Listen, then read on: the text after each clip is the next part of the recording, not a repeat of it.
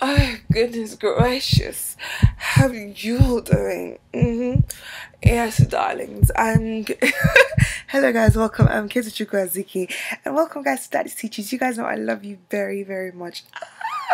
Now, see, part of the reason I actually love the show is that I can actually just sit out here and just spend time just chatting and bonding with you all. Seriously, isn't that very exciting? Who does? Even Oprah can't top this. She can't sit in or lie in her bed and just spend time bonding with you guys and be very comfortable and just get down into details, and we could go down to every little detail. Getting personal. Okay, now, today's topic is what you give is what you get. Now, the topic is really very broad because, to be honest with you, so many things that happened that I really wanted to put a lot of heat, but chosen to be, my dad advised me to be very serious. So I've chosen to be very serious. See? So now let's get started with it. What you give is what you get. See, the energy you bring is the energy you get.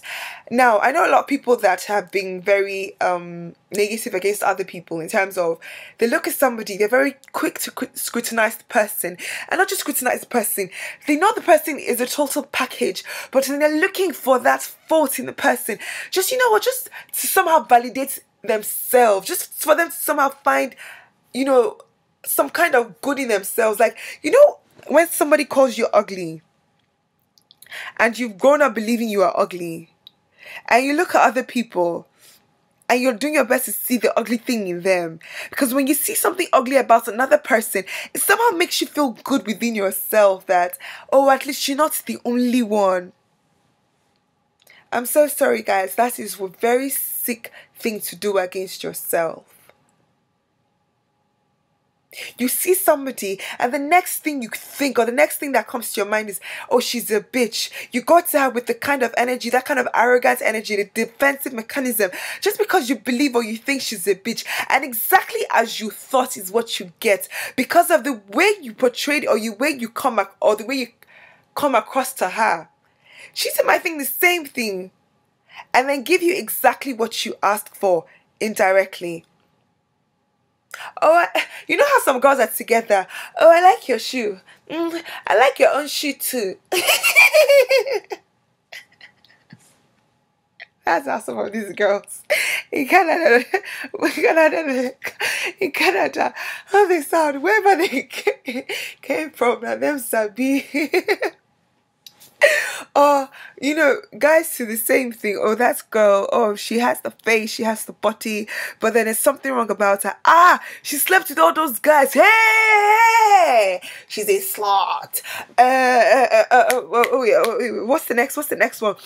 Teachers do the same thing. TAs, oh, she's always late, she's so black, she's so this, and then what's the same, even with the whole racism thing, so many black people, they look at it as this person is being racist against them. Have you for once sat out to think she or he was not being racist against you? One way or the other, maybe you actually did something wrong. Because a lot of people, I've noticed, they're very closed-minded. And honestly, if you go on like this, it will do you no good, but only cost you harm. Seriously, but only cost you harm.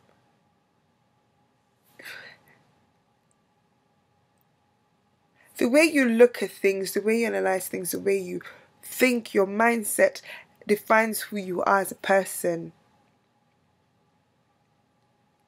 Seriously.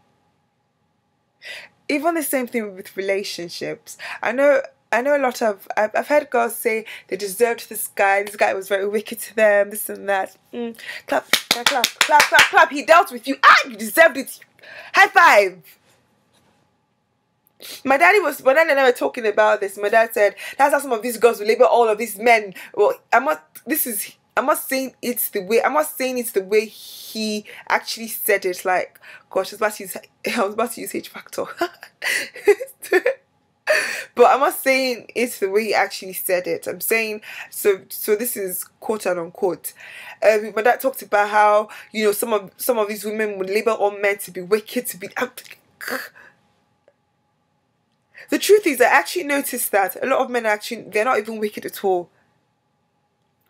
When you call guys dogs, you're only going to get dogs. When you look at them and label them to be dogs, that's all you're ever going to get. When you label them to be cheat, to be this, to be that, or to be cheats and devils and womanizers and blah blah blah blah shit, that is all you're ever going to get. The same thing with guys to girls. When you label all girls to be whores or hoes or whores or like all these words and the goodness gracious, words I don't even use. Or that's all you're ever going to get. The same thing with school. When you think a teacher is being racist or you think you can't do well in this topic, you're not going to see yourself putting any effort into it, because that's what you see and that's what you're going to get. They're always looking at things the good or the bad way. If you look at it the good way, that's what you're going to get. I've emphasized on this enough. And even you comparing yourself with other people, what good does that give you?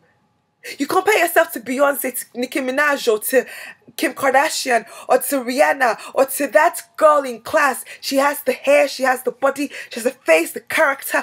Oh, yeah, what do you have? And then it only brings down your self-esteem because you're too concentrated on what another person has. Woo! My father talks about this one time.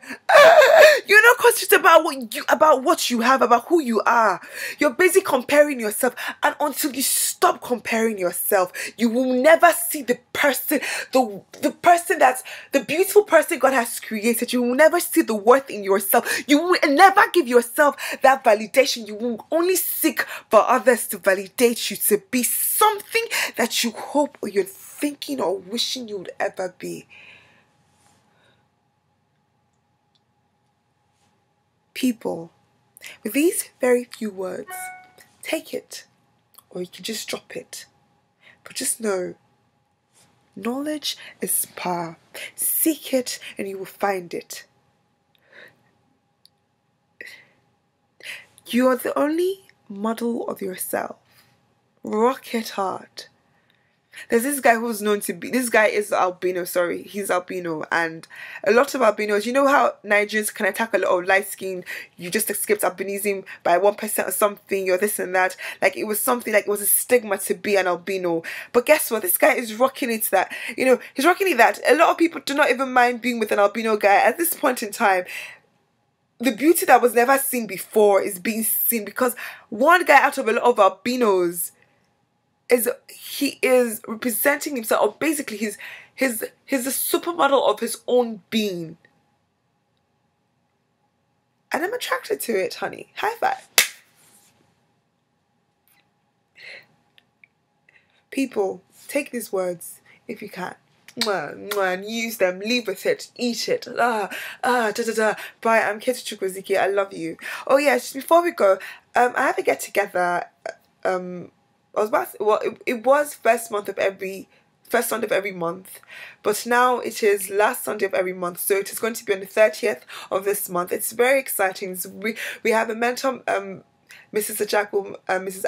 Amunli Ajago. I love her. She comes in from a very, well, it's quite far, but she's able to, you know, make it most of the time, and we spend time bonding together. I've noticed one thing about life. People go, you know, the way the richer get richer and the poor get poorer. I've also noticed this about life, and I'm not even joking, because I'm not attacking anybody intentionally. People also go from strength to strength, and then a lot of other people actually get weaker and weaker, because, you know, you act only based on the things you know.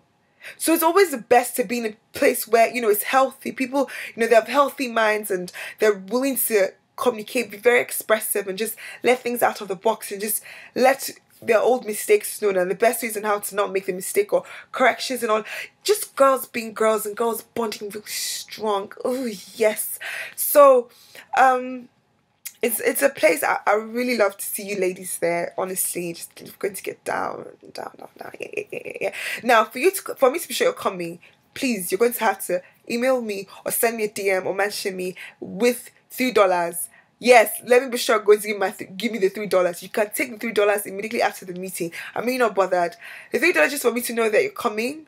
So at least that, you know, I'm able to plan and be sure, okay, this person is coming. Personally, I will not let or like anybody to be my $3 for that long. So, you know, $3 just for head counting or head count. Yes, that is it. And you can take it back. That's my problem. And please come with your own refreshments, please. Okay. Thank you very much. I love you. And yes, it starts by 6. You know what? Just let me know and then I give you the details. Bye.